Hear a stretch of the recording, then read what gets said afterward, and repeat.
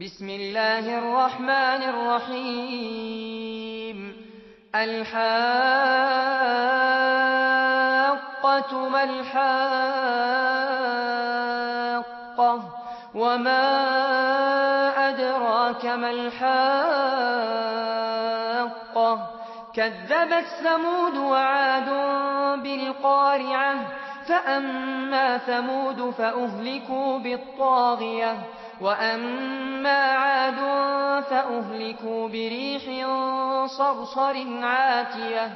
سخرها عليهم 7 ليال و8 أيام حسوما فترى القوم فيها صرعا كأنهم أعجاز نخل خاوية فهل ترى لهم من باقية وجاء فرعون ومن قبله والمؤتفكات بالخاطئة فعصوا رسول ربهم فأخذهم أخذة رابية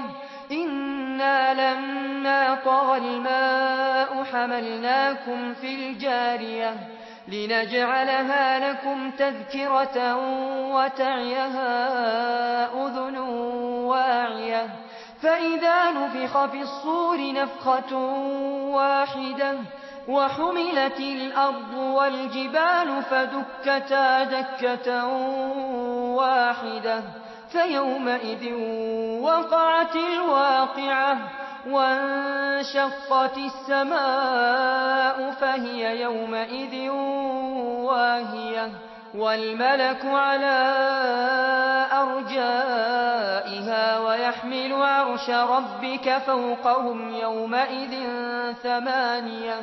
يومئذ تعرضون لا تخفى منكم خافية فأما من أوتي كتابه بيمينه فيقول هاؤم اقرءوا كتابيه إني ظننت أني ملاق حسابيه فهو في عيشة راضية في جنة عالية قطوفها دانية كلوا واشربوا هنيئا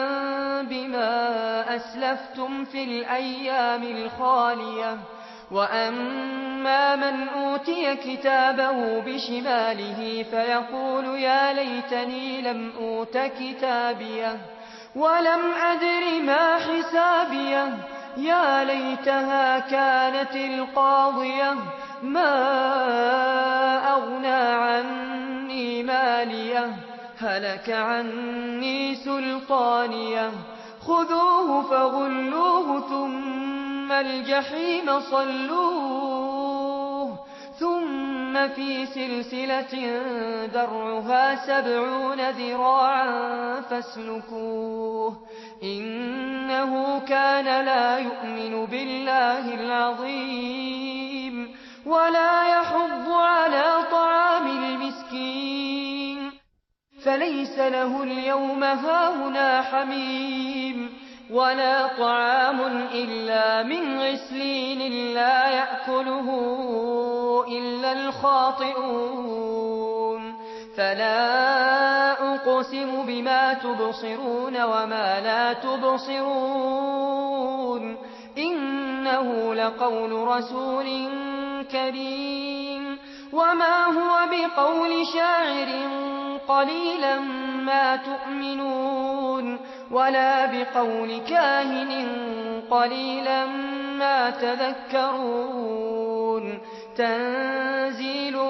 من رب العالمين ولو تقول علينا بعض الأقاويل لأخذنا منه باليمين ثم لقطعنا منه الوتين فما منكم من أحد عنه حاجزين وإنه لتذكرة للمتقين وإنا لنعلم أن منكم